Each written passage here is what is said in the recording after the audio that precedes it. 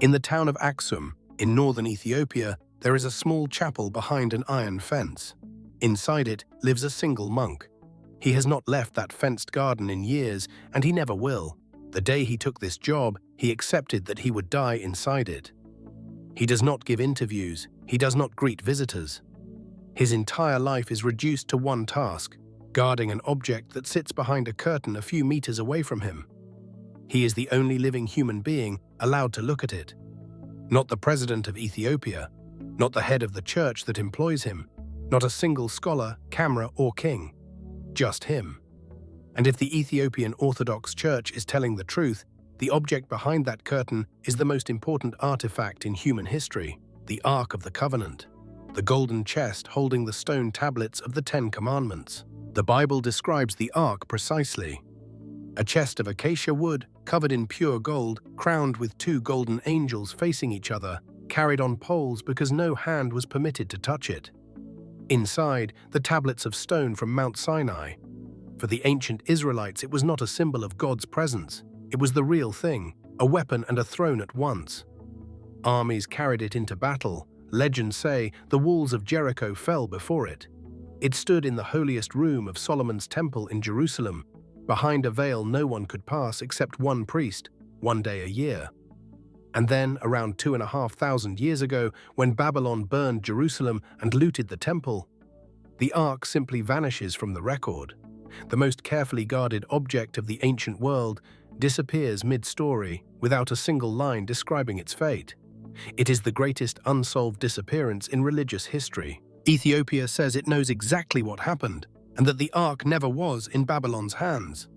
According to the Kebra, the country's national epic, the Queen of Sheba traveled from Ethiopia to Jerusalem and had a son with King Solomon. That son, Menelik, visited his father years later, and when he returned home, his men carried the Ark with them, leaving a copy behind in the temple. By this account, the Ark has been on Ethiopian soil for almost 3,000 years, longer than it ever stood in Jerusalem. And the entire country is built around that belief. Every single Ethiopian Orthodox Church, and there are tens of thousands, holds a tabot, a replica of the tablets, in its inner sanctum. Once a year, at the festival of Timkat, the tabots are carried out in procession before millions of people, always wrapped in heavy embroidered cloth. Even the copies are never shown. The Ark itself, the church says, rests in Axum, in the Chapel of the Tablet, a small granite building constructed in the 1960s specifically to house it. The rules around it have not changed in living memory. One guardian, chosen by his dying predecessor, serves for life. He prays, burns incense, and never crosses the fence. When researchers and film crews arrive, and they arrive constantly, the answer is always the same polite refusal. In the 1990s, a British author spent years investigating and was allowed to speak to the guardian only through the fence. The guardian told him the Ark was there, that it was covered, and that looking at it was deadly for anyone unprepared. Then he ended the conversation. No photograph of the object has ever existed. No exception has ever been recorded. It is, quite possibly, the best-kept secret on Earth. Most historians, of course, are skeptical. The written legend dates to the 14th century, and scholars who studied the tradition suspect the chapel may hold a medieval replica, itself centuries old and priceless, but not the chest from Mount Sinai. There is one obvious way to find out, and the church has rejected it for decades with a logic that does not bend. Faith is not subject to laboratory testing, and the Ark does not require validation from science. So the question stays open, and people have died keeping it that way.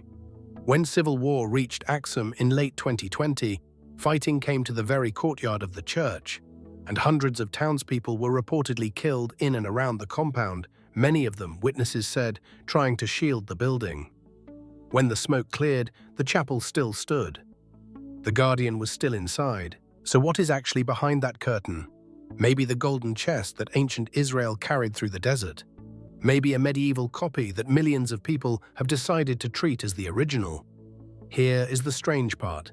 It almost does not matter. In a world where every tomb gets opened, every wreck gets dived, and every mystery gets a documentary crew, one small building in Ethiopia has kept a perfect secret for centuries. protected not by lasers or vaults, but by a chain of old men who chose to disappear from the world, one lifetime at a time. The Ark of Axum may be the last great unopened box on this planet. And unlike every other sealed place on this channel, this one could be opened tomorrow by one man simply pulling back a curtain. He never will. Would you want him to? Tell me in the comments.